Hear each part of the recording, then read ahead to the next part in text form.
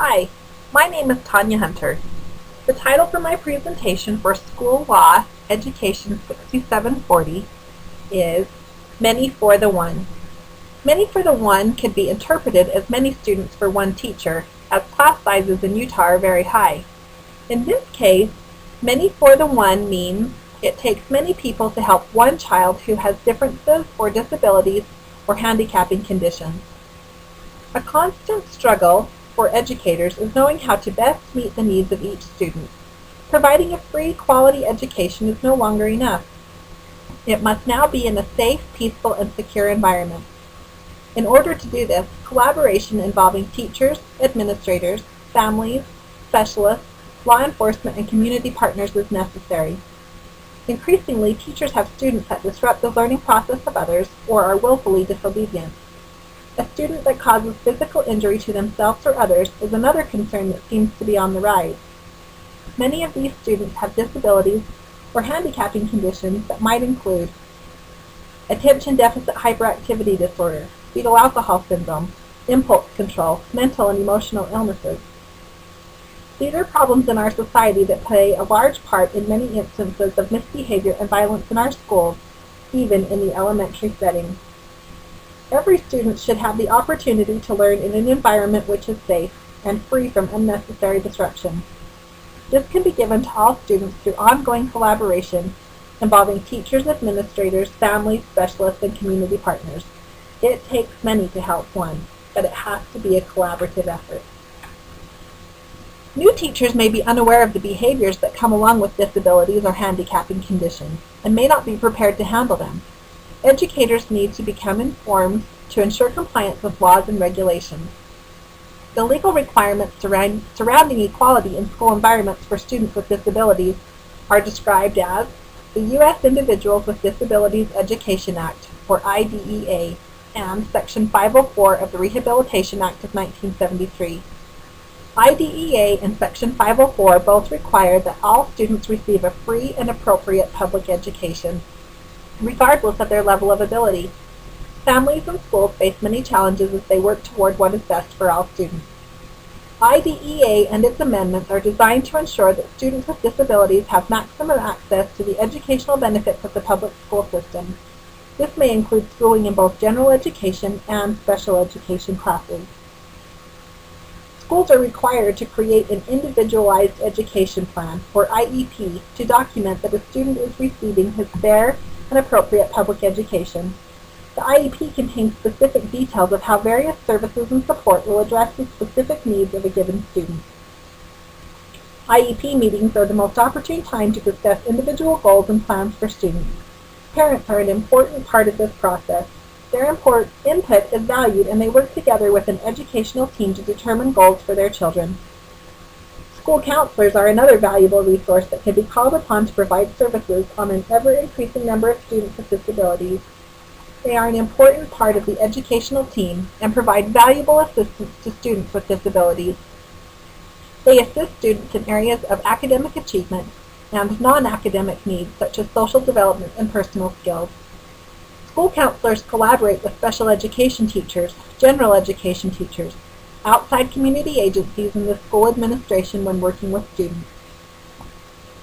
A district administrative multi-tier system of support model states that all efforts toward continued school improvement should be based on empowering all students to learn through systematic school-wide support. Students are provided services based on the evaluation of individual needs through collaborative problem-solving efforts. The use of professional judgment, database decision-making, and the effect of students' presence on the other classroom students are all used to determine the least restrictive environment where students have the best chance of learning. More and more students with behavioral disorders and disabilities are in general education classrooms. Sometimes it becomes necessary to use physical restraint and seclusion procedures. As an alternative to physical restraint and seclusion, the practice of effective behavior interventions are needed. There is no legislation, so states have to deal with the regulation of restraint, seclusion, and teacher training on their own. Laws vary from state to state. The topic is important as the number of students with impulse issues, disabilities, and violent behaviors increase. Safety for all students is a major concern for educators. Despite a number of resources available, educators, counselors, and administrators are still actively seeking practical and effective strategies for helping students with self-regulation and impulse control. Behavior management strategies implemented exclusively with the students with disabilities and violent behaviors may contribute to social and physical isolation. All students can benefit from strategies that deal with self-control, reacting out of habit, and responding inappropriately, because how educators teach is as important as what educators teach. Using these strategies can be beneficial to the entire class. It suggests to the struggling students that they are not the only ones who have problems with these behaviors. The goal of keeping students safe and finding ways for each student to be successful led me to this topic.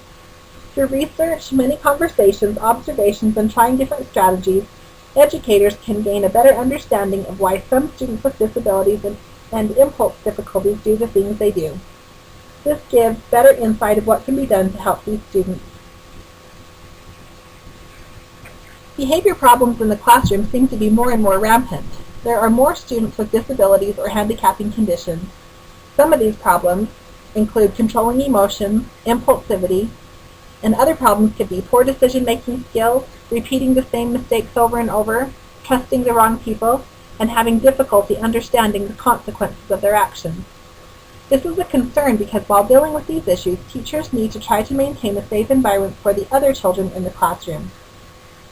According to Paley and O'Connor, in 2009, they state, interventions can be helpful. Consistent routines that allow the students to practice new skills over and over again, as well as training in social skills and personal safety are a few examples. The use of positive behavioral intervention and support systems allow a child to change their behavior in the long term, learn to control their behavior, and decrease violent or uncontrollable outbursts.